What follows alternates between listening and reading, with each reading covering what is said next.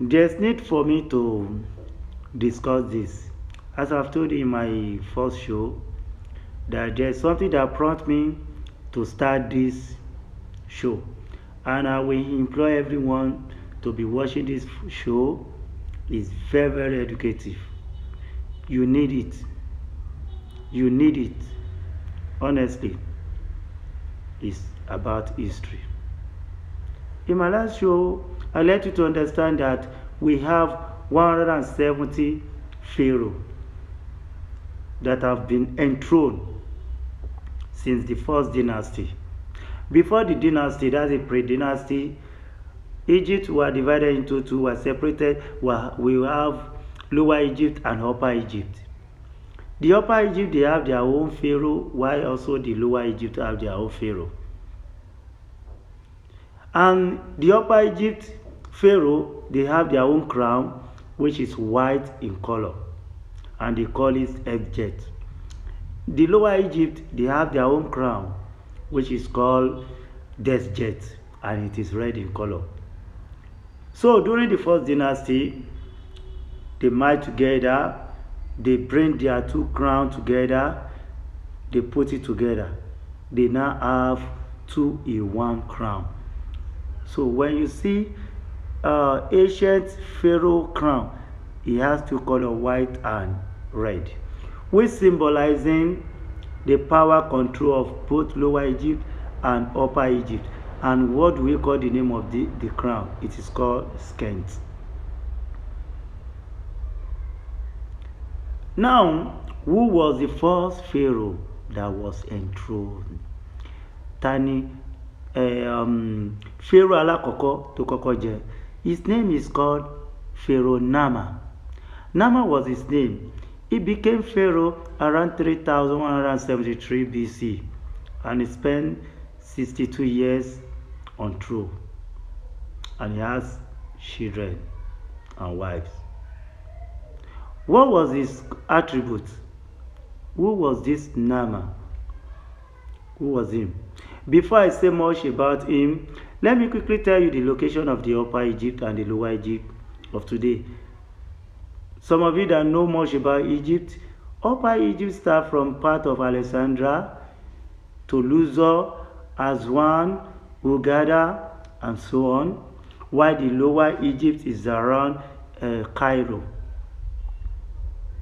So Cairo is known to be Lower Egypt. What divides the two kingdoms is just the River Nile. It's just the River Nile. So who was this man, Nama? Who was him? And how did he die? What killed him? Why did he spend few years on throne? What killed him? That's what I want to say now. Now, please listen carefully. I want you to watch this show. I will show you. You need it. It will help. Definitely, it will help. So this Nama, he was the one that caused the unification of both Lower Egypt and the Upper Egypt. So that the first dynasty started from this pharaoh called Nama. He was the one that started the fourth dynasty. And when he became pharaoh, and he happened to cause the unification between Lower Egypt and Upper Egypt to become one. So when this man was on throne, he did a lot of things. A lot of things. In fact, he was loved by his people. He was loved to the extent that when he died, he was among their gods they worship. And probably because of the fact that his tomb was not known. You know, in the Bible, Mose no. The same thing happened to this Pharaoh Nama. His tomb was not known. His corpse was not known. So how did he die? Iruku wo ló pa Nama. I'm going to tell you today. I'm going to tell you, Eruku tó pa Nama. Nama died. You will be surprised when I tell you Eruku tó pa. You'll be surprised because how could a pharaoh of great kingdom die this kind of death? You'll be surprised. So I want you to be attentive. I'm going to tell you how he died, what killed him. He was never embarked on any war with anybody. No, he wasn't. Unlike other pharaoh, many pharaoh fought war. Many pharaoh fought war, and some of them died in war.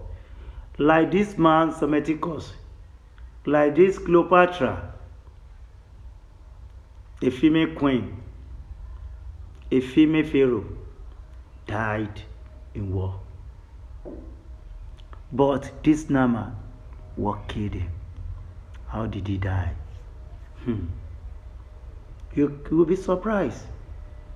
He was killed. He was killed by. So funny. Meanwhile, this man, this pharaoh, was not an hunter. He wasn't. How can a whole pharaoh be an hunter when he has many soldiers, when he has many entourage? So how come? He was killed by Hippopotamus. Hippopotamus killed this man. He killed this pharaoh. What happened between him and Hippopotamus? What kind of encounter did he have with Hippopotamus? I'm going to tell you. I'm going to explain it. But his tomb was not discovered up to this present. Nobody knows where his corpse, where his tomb is till now. Many great archaeologists from Germany, even the Egyptologists, they have tried their best. Up to now, his tomb have not been discovered. I'm telling you. Why they have discovered so many pharaohs' tomb, but his own has not been discovered. Why?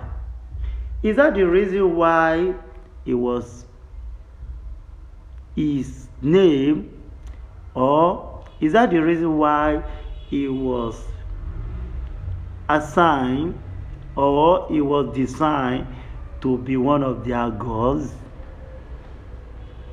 Is that the reason? This is for you. When you go to some parts